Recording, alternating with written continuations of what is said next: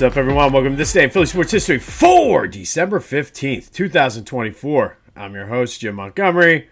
Welcome to an Eagles Game Day Sunday edition of the podcast. A big one down at the Linc today at 425. Eagles, Steelers, Battle of Pennsylvania. Before we get into that, let's do some quick housekeeping notes. Be sure to follow me on social media, Jimbo_Mont at Twitter and TikTok. On Instagram, at PhillyJimbo. Subscribe to the YouTube channel, Jimbo_Mont. I've been posting more short clips, trying to increase the traffic, as they say, on the YouTube channel. And spread the word, let's grow this thing. I keep saying it's a grassroots movement, but it's true. I don't have the Swiftie money yet, so let's continue to grow this thing.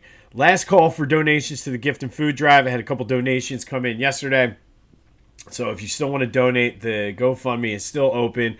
I'll be making a trip later this week to drop off donations. So if you are going to mail something to me, let me know so I can kind of make the arrangements. But thank you in advance for everybody who did donate already. I'm just floored at the amount of support for the Matty N. Dixon Community Cupboard.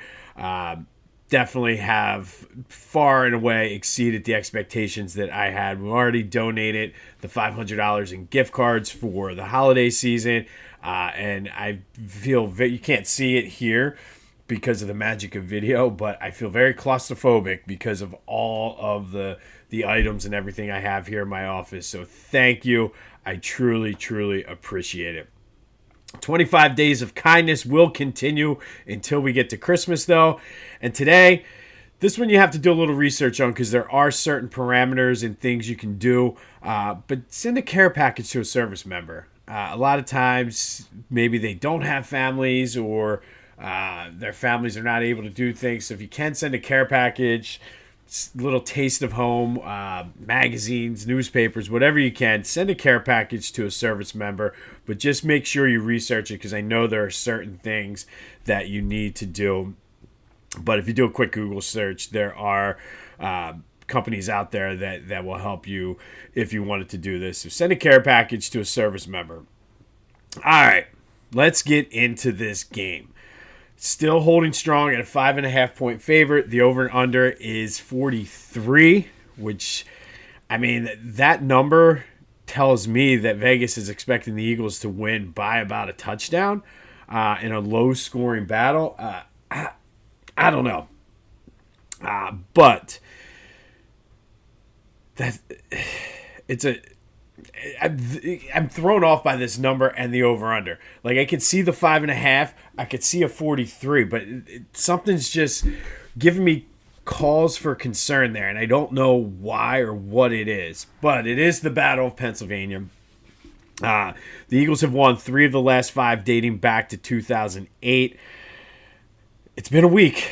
It has been a week for the Eagles, and I for one, am very excited to see how they come out and respond.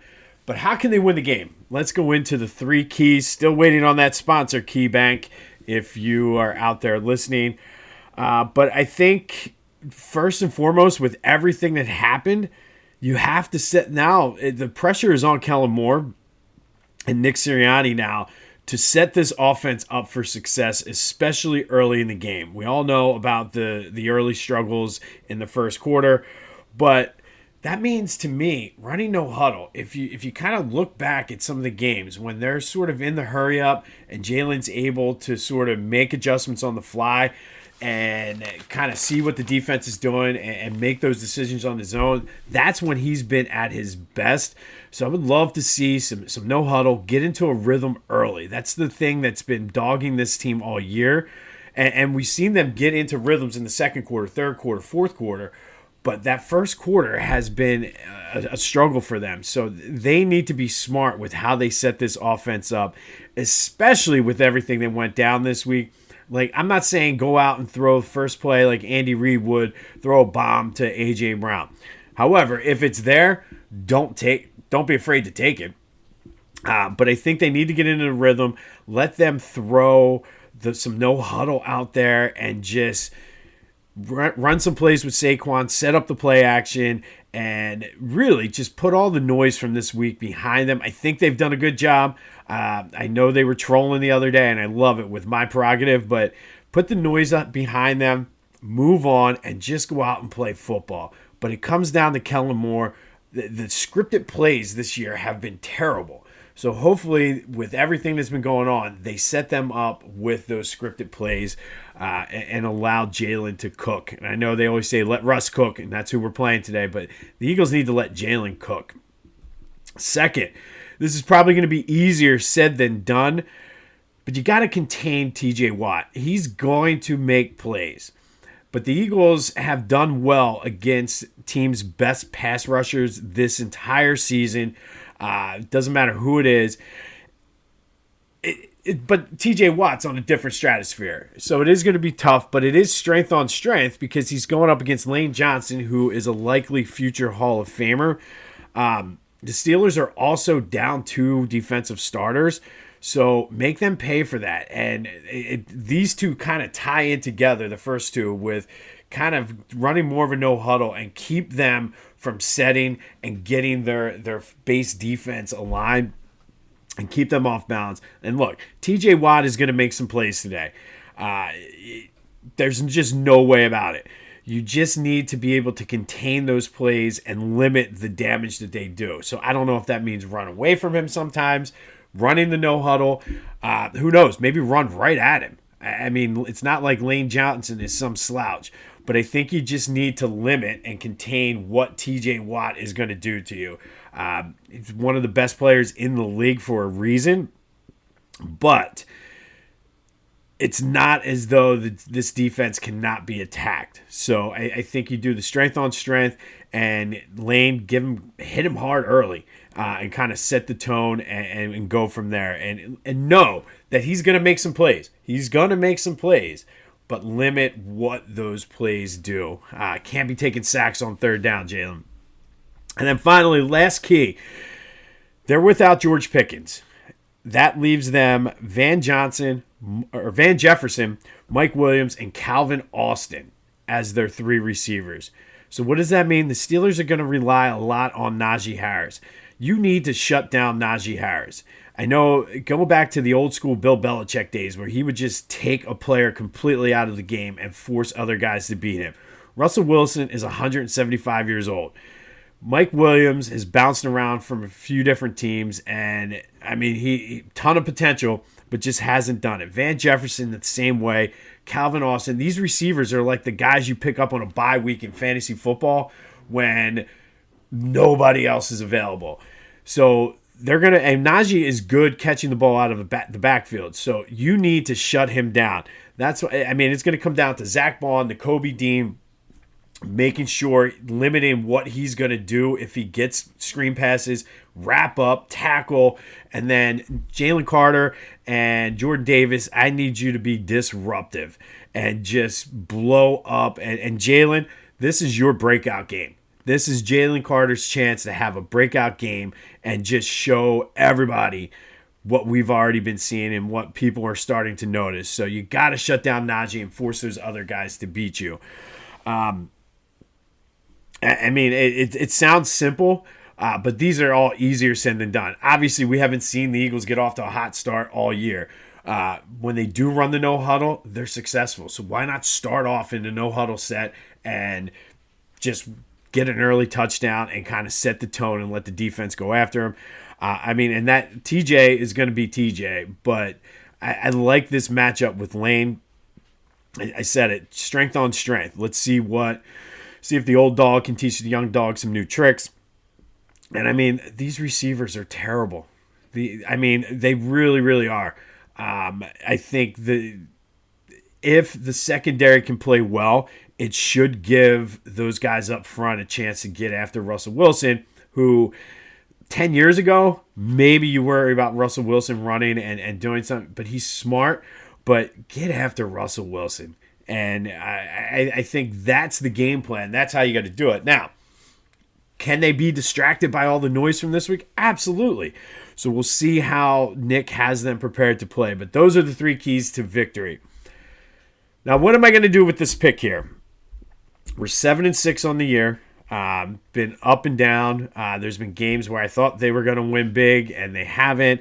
Games where I thought they weren't going to cover and they have. Could I see the Eagles blowing this team out, especially with all of the noise that happened this week? Yep, absolutely. Could I see the Eagles getting run out of the building? I could see it, but I don't know if this team is built the way they've been playing recently, even with all of the noise from the NovaCare complex this week. I don't see this team as being a team right now that can get blown out.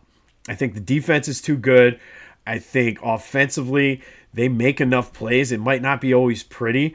So I can't really see this being a blowout on the Steelers side. And the Steelers aren't the type of team to blow teams out anyway. So this should be a relatively close game. Should be a physical game. It's going to be cold. The sun's going to be going down. I could see it being a field goal either way, which gives me a little bit of concern with Jake Elliott and his struggles recently. I think the Steelers make this closer at the end. I think we see a full team effort from the Eagles. I do think the Steelers cover, though. I think the Eagles win. I think there's just too much at stake. Too much has gone on. These guys have too much pride to let this team come in here and beat them up. And I can already see it if it does happen, that this is the clip. People are going to clip and play. But I just don't see it happening. I see it being a close game. It's one of those games. I don't plan on being home until about 10:30 tonight because of the subway and the lines and all of that. Give me the Eagles to win if you're doing any types of parlays or things like that. Steelers plus the 5.5, but the Eagles do win. That is the official pick. I like the over, though. I really do. And I think, like I said, something's just not adding up with a 5.5 point line and a 43. I mean, unless, like, to me, 43, that's what, 24, 21? That's 45. I mean, I don't see, if you're going to take the under, you have to take the Steelers plus the points. And if you're going to take the over, then you're expecting the Eagles to blow them out. I don't know. This is going to be a higher scoring game, I think, than what we're expecting. But I do think the Eagles pull it off, but the Steelers cover the 5.5. That is our official pick for the game today. All right, in other Philly sports news, Flyers got run out of the building up in Minnesota, 4-1. They just got flat out outplayed. I was watching the replay. We went over to a couple people's house or a couple friends' houses last night. We were watching the replay, and they had opportunities. They just got outplayed. Minnesota's a good team. Travis Sanheim scored the only goal for the Flyers in the third period. And they are now off until Wednesday when they go to Detroit to take on the Red Wings. All right. Question of the day time. And I forgot to mention this during the Eagles segment, but obviously it is game day. What are your predictions for the Eagles game? That is today's question of the day. But yesterday, I asked you, is Joel Embiid injury prone or just incredibly unlucky? 55% of you said he is incredibly unlucky. Or he is injury prone, and yeah, I guess because of the fact that he gets injured all the time, you can say he's injury prone, but a lot of these injuries are just freak accidents, and it's frustrating. And shout out to Bill from Flowertown, who kind of summed it up. He was like, he's actually both. And being 7 foot is hard to play in the NBA. You got to be incredibly lucky, and he certainly had his share of bad luck. And I don't disagree. I mean, look at the career trajectory of a lot of guys over 7 foot. You had like Yao Ming, Greg Oden, who just can never seem to get right. And it's a shame, really. So shout out to Bill from Flowertown for that insight. But when it rains, it pours. The news coming out yesterday was that Jarrett McCain tore his meniscus. It will require surgery, and he is out indefinitely. And I mean, at this point, I'm waving the white flag. I think let's try to get the highest draft pick we can. I mean, between Joe's freakish injuries, the fact that Paul George has bruised or hyperextended the same knee twice, Tyrese Maxey missing time, now McCain being out, like, I'm waving the white flag. And I know it was a short-lived rekindling with the Crazy X, but waving the white flag again. I can't see it. This team, for whatever reason, is just cursed. And I don't know if it's the basketball gods smiting us for the whole process error or what. But, I think it's time to just shut it down for the season and see where we can get for the draft picks.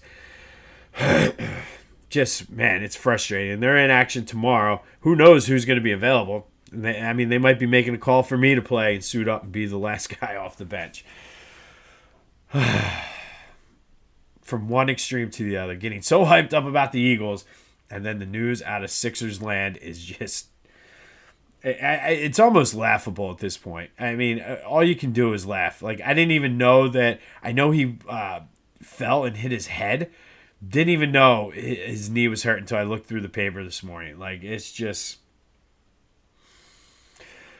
It's still too late to get guaranteed delivery for Christmas from Philly Goat. However, they still have you covered. If you remember, they got a new shirt that kind of fits in perfectly with what the Sixers are doing. Remember the old Dare shirts for saying no to drugs back in the 80s and 90s? Well, they got Dare to root for the Sixers, and it's a great looking shirt. I might have to get one, so go check out phillygoat.com. Be sure to use the promo code Jim Montgomery to take 10% off of your order. That's phillygoat.com, promo code Jim Montgomery to take 10% off of your order. They also have the Angry Sixers fan line too, which at this point I can't even get angry. I cannot get angry. Like, it's so bad that all I do is laugh. Like, nothing at this point is going to surprise me. And then check out my boys at the Clashing Conferences podcast. It's a good day to check them out before the Eagles game because their early slate of games sucks. It really does. So check them out wherever you get your podcasts as well as on YouTube. All right, today, it's a special day in Philly sports history. Let me be the first to wish you happy We Threw Snowballs at Santa Day. One of the most played out, overused, ridiculous cliches in Philly sports happened today back in 1968. On this day, 1968, the 2-11 Eagles lost to the Minnesota Vikings 24-17 at Franklin Field. It had snowed the night before. The field was a mess. It was just a miserable season for the Eagles. They were 0-11, if you remember, and then won 2 games out of nowhere, out of the blue. Missed out on drafting O.J. Simpson. And for those keeping score at home, they also missed out on Mean Joe Green because they took Leroy Keys. So it's just horrible. This was the 12th loss of the Eagles season, most in franchise history. And the story goes, there was supposed to be a Christmas pageant full of glamour and this, that, and the other, but the field was just so muddy that they couldn't do it. I've heard varying accounts of this, that the people that were supposed to do the pageant quit, said they weren't going to do it, they got stuck. Who knows? Either way, it got canceled because it was too messy. So the Eagles still had all of this pomp and circumstance, so they found a kid in the stands dressed as Santa Claus, had him run around the field with the cheerleaders as they were playing Here Comes Santa Claus. That kid's name was Frank Olivo, who has since passed away. By the time he got to the last end zone, he was getting booed, hit with snowballs, beer bottles, hoagies, you name it, because the Eagles fans at this point were just fed up. They had O.J. Simpson on a golden platter.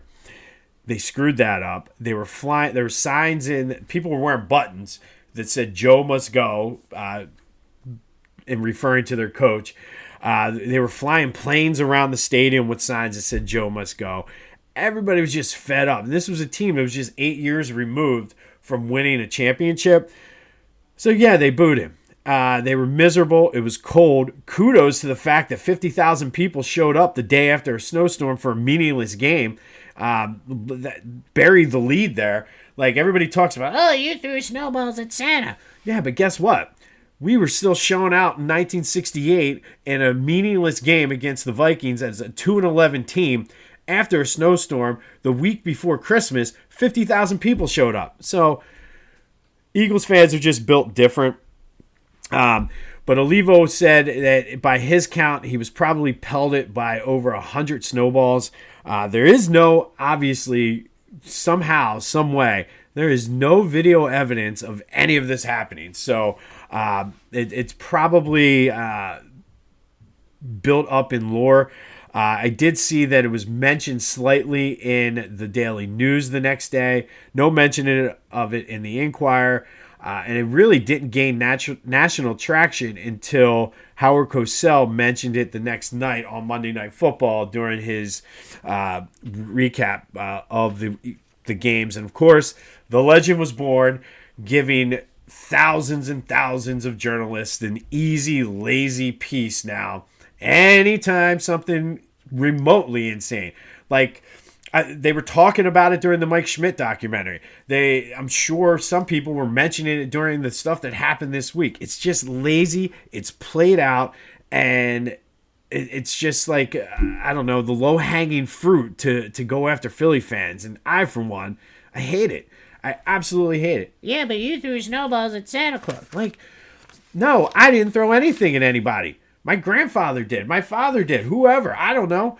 But it's just lazy. It's the most overplayed, overused, ridiculous cliche. It happened in 1968, and people are still talking about it like this is what we do now. Now, we did talk about Bounty Bowl. If you want to talk about throwing snowballs, talk about when we threw snowballs at Jimmy Johnson. That's better. But, the fat, jolly guy who brings presents, you can't throw snowballs and boo him. Ridiculous. But that happened on this day in 1968. Eagles lose to the Vikings 24-17. Frank Olivo, dressed as Santa Claus, ran around the field with the cheerleaders at halftime because the Christmas pageant got canceled. It sounds like something out of a Hallmark movie, actually. And then he meets one of the cheerleaders, and they live happily ever. Anyway, and actually, if anybody out there does have some movie production or direction or something, hit me up, because I think we can make if they did the Christmas touchdown thing with the Kansas City Chiefs, I think we can make a Hallmark movie based on Santa Claus being booed. Hit me up offline. We'll do that. But that all happened on this day in 1968, and thankfully, I can't get it out, because I'm just thinking about all the millions we're going to make from Hallmark for this movie. But thankfully, the season was over. The Eagles finished 2-12, most losses in franchise history. Missed out on OJ, didn't draft Mean Joe Green, ended up with Leroy Keys. And I'm sure Leroy is a nice guy, but he's not OJ, and he certainly is not Mean Joe Green. So let me be the first, hopefully the only person to wish you a very, very happy We Threw Snowballs at Santa Day. Ridiculous. All right, finally today, our forgotten teams in Philadelphia sports history. One team name, two teams here. Got a little special doubleheader here on a Sunday. First, and this is the Philadelphia Stars. The first Philadelphia Stars are the old Negro League team that were founded by Ed Bolden back in 1933. They played in the Negro National League till 1948, switched over to the Negro American League in 1952, and essentially played until there was not a need for the Negro Leagues anymore. Most of their seasons and their games were played down in West Philly, 44th and Parkside. There is a historical marker there now. There's a nice mural up. If you've ever been down, it's kind of the area below the zoo, near where the Police Touch Museum is, sort of that little quad triangle type thing. It's actually pretty cool. I've seen the historical marker. The mural looks beautiful. They did win a championship in 1934. They had players. We talked. Biz Mackey was one of those guys who went from team to team, but he is a Philly type guy. Played on a lot of these Philly teams. Satchel Paige played for the Philadelphia Stars at one point in his career as well. But the Philadelphia Stars, the old Negro League team, probably one of, at least in this area, probably the most popular Negro League team. They were probably the longest running. And a lot of times if you see folks wearing throwback to the Negro League teams, it's Philadelphia Stars. They are our first Philadelphia Stars that have been forgotten. The second is the USFL Philadelphia Stars, and not the last version here that were called the Philadelphia Stars and played in Detroit. The original Philadelphia Stars who played in Philly in 1983 and 1984. Hands down, one of the best teams in the USFL, coached by Jim Mora. Yes, the playoffs. Jim Mora. Sam Mills, Hall of Fame linebacker, played for the Stars. They lost the championship in 1983. They won it in 1984 before moving to Baltimore. And ironically enough, it was a weird time in Philly sports. I'll say it like that. And they ended up moving to Baltimore because Donald Trump, who owned the New York Generals, had this cockamamie idea that we should go up against the NFL. And ultimately, that was the downfall of the USFL. But Philly, the Stars, were one of the most popular teams in the USFL. And they were drawing consistent numbers and things like that. But they didn't have any place for them to play. They could have played at the Vet because they played on Saturdays. But because of the end of the Philly season, Phillies were coming off appearance in the World Series. So there was concern that the Stars couldn't play a home game until late November. Couldn't play at Franklin Field because Penn football played on Saturdays, and they couldn't play at JFK just because it was like 4 years from being condemned, and it just did not have the necessary amenities that they needed to have games there. Plus, it was a 100,000 seat stadium. It would have looked terrible because the Stars, I think, were averaging like 20, 30,000 people a game. You put that, it looks like a Temple game at the Linc. So they moved to Baltimore. Ultimately, it was the end of the USFL. Ironically enough, though, the Stars were the one team that could have competed at the time in Philadelphia with the Eagles, believe it or not. Right around the time that all of this stuff was going down, Leonard Tost was trying to move the team to Arizona. And they would have been the perfect fit. People liked the Stars better than the Eagles back then. They were fed up with Tost. They were just fed up with the direction of the team and things like that. And the Eagles basically were in Phoenix. They had a deal and everything. And then somehow a newspaper reporter, kind of like Watergate-esque, leaked a report. And there were people that were camped out then, like fans going to Leonard Tost's house outside of Villanova. Like, it was a crazy, crazy time. But then it led to Tost making a deal with the city of Philadelphia. And because the Eagles were staying, it helped alleviate some of the impact of the Stars leaving as well. Now, on this day, back in 1984, that is when the deal was reached. Just kind of ironic how all of this kind of ties together. But the deal with the city for the Eagles to stay was reached on this day in 1984.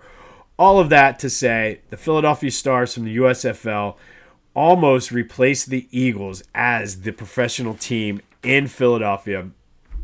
But they are our forgotten team of the day. Our second forgotten team, the Philadelphia Stars of the old Negro League, champions in 1934, played their games at 44th and Parkside. On this day in 1968, our fathers and grandfathers booed Santa Claus and threw snowballs at him in Franklin Field. Haven't heard the end of it since. We'll have more on the dumpster fire that continues to smolder. That is the Sixers. We'll recap tonight's game. But like I said, the keys to the game: get off to a fast start, run some no huddle, set Jalen and the offense up with success, contain T.J. Watt to the best you can and limit the impact he makes, and shut down Najee Harris. And the Eagles should be able to come away with this with a win. Let me know your thoughts and your picks, your predictions, 267-495-8531. That's on the Back to the Future voice and text line. Big one down in South Philly today. This has been This Day in Philly Sports History for December 15th, 2024. My name is Jim Montgomery. Go have yourselves a Sunday, and until next time, go Birds.